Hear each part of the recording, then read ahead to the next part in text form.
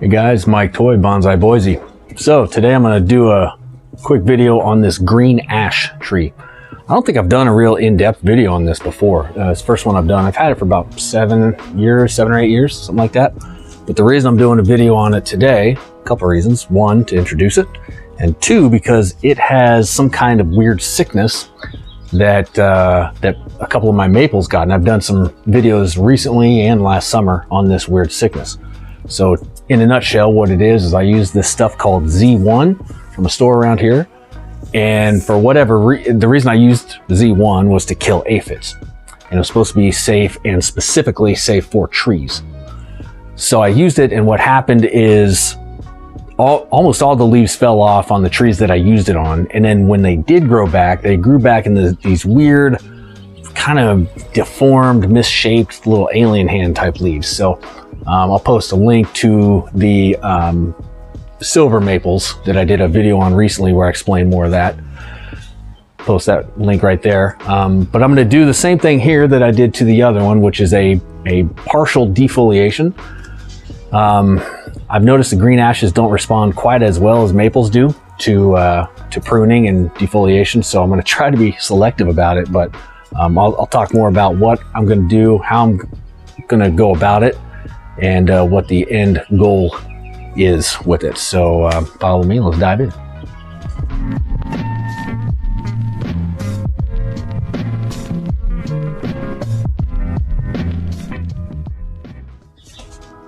All right, I'm back. So I'm going to give you an inside look here at what it looks like up close here in a second. But before I do, let me just give you a spin here. It's kind of a mess right now for a few reasons. If I'm being honest, another reason it's a little bit of a mess here, let me give you a look at the back side. So this is the back side right here. So it was up against a wall.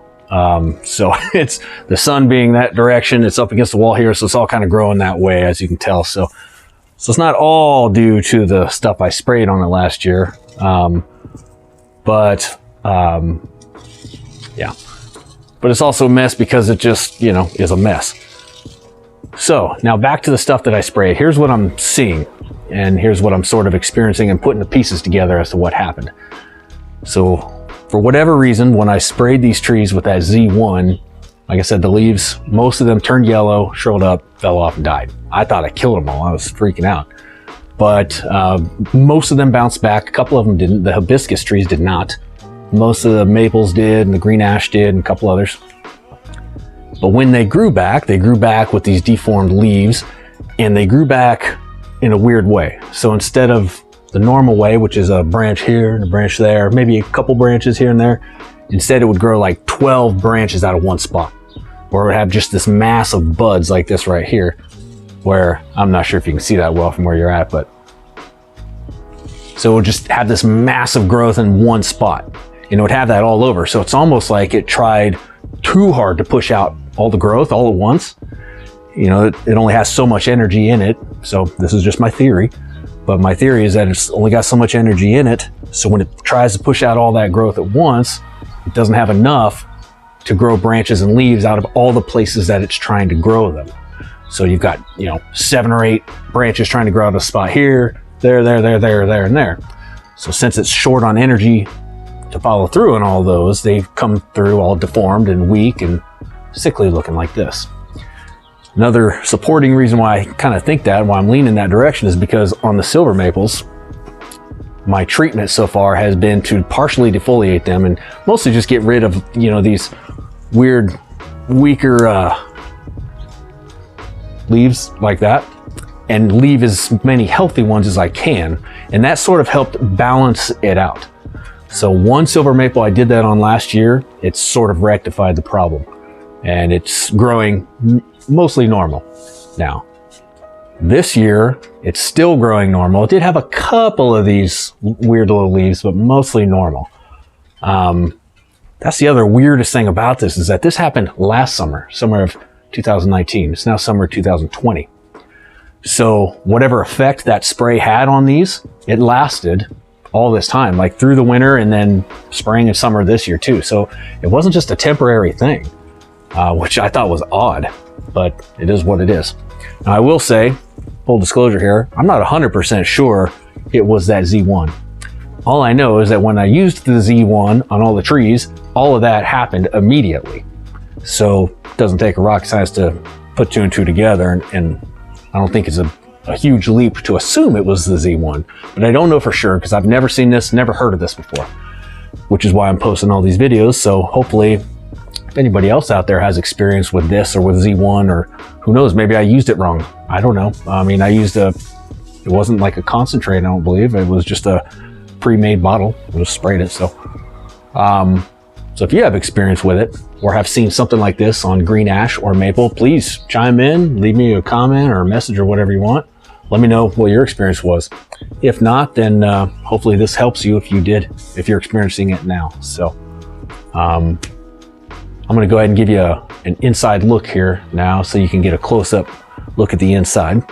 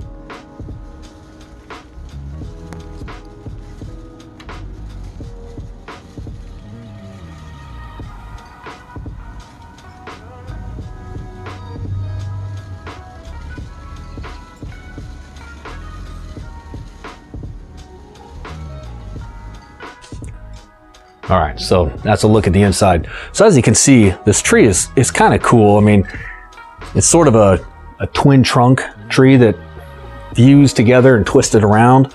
And then while it was very young, about 6 or 7 years ago, I used some guy wires to kind of help pull the branches down. And then I let it go too long.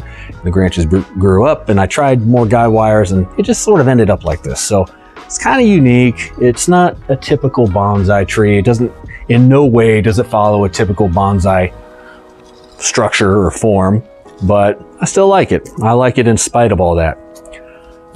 It's real hard to get a look at how it is now. So I'm going to go ahead and defoliate it now, and then I'll slow it down, and we'll tune back in and maybe talk about the structure a little bit and a forward plan from there. So follow me. Let's defoliate this guy and go from there.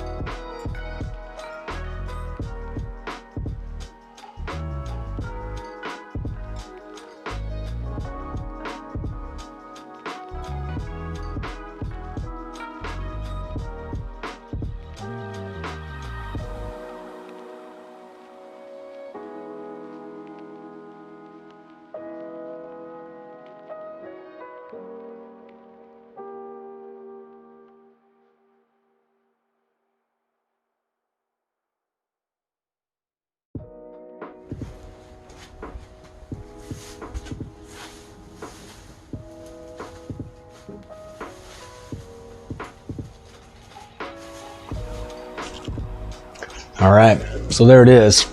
Now, if that looked like it was kind of random, as I was making cuts here, there, and everywhere, it's because it was. This in no way was the type of trim job that I would recommend you do on your bonsai trees.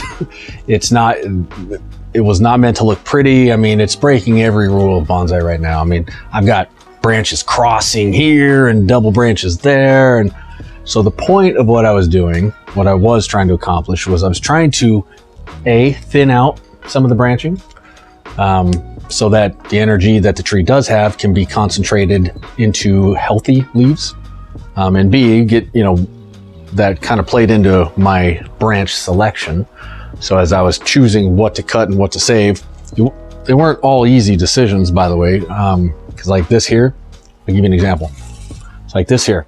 See how it's growing out of basically out of what I would call like the armpit of the of this branch. You never want that because it causes swelling right there. Hopefully you can see that okay. But the reason that I left it is because these are relatively healthy looking leaves, as you can see. Relative, to how it's doing. So that's why I left it, because the whole goal here is I want to restore the health of the tree and get it vigorous again and help it get over whatever weird sickness, injury thing it got. So that was the thinking behind my branch selection when I made my cuts here. Is it perfect? No. As I'm looking at it now, I'm seeing all kinds of different things I could have done and spots that I missed and whatnot, but that's okay. I don't know for sure how the tree's even going to respond. You've probably heard on other videos about bonsai trees that when they're sick, you really shouldn't defoliate them. And many times that's true, but in many other times it's not the case. When it's sick sometimes and you defoliate part of it, if it has enough leaves, you defoliate part of it, the energy that the tree has can be channeled toward the healthy leaves, and then it sort of bounces back. So, sometimes it's a guessing game. It's not a perfect science ever, but partially defoliating trees when they're sick like this has worked for me on maples. I don't know if it's going to work on this, so we're going to find out together. So I guess that's really all I've got. Like I said, if you've got any experience with this type of issue after using that Z1 pesticide, please leave me a comment or drop me a message if you like, and let me know your experience with it, because that's the only thing I can pinpoint. Like I said, when I used it, happened on all the trees I used it on, and the ones I didn't use it on, this didn't happen on any of them. So it seems pretty obvious to me. But anyways, so that's it. I'll give you an update on this after maybe a month or so. I'll give it some time to recover. We'll see how it does. If it gets worse, then my next step is I'm going to repot it. I didn't want to do that because you don't want to repot this time of year. It's mid-June, so I wanted to avoid that if possible. But if it gets worse from here, then I think repotting it is going to be a necessary step. And I'm going to try to do as little root pruning, if it comes to that, as possible. I'll try to just get rid of the dead roots, leave as many of the live roots as I can, get some new soil with some sphagnum moss in it, which sphagnum moss typically helps them recover. So that'll be plan B if this goes wrong, but hopefully this goes okay. And then from there, assuming it does rebound and get healthy again, I'm going to let it just fill up with big healthy leaves, and then I'm going to have to dive back in later, probably next spring, and do some branch selection and structuring here again, because as you can see, it's just all kinds of wild here. Let me give you a spin.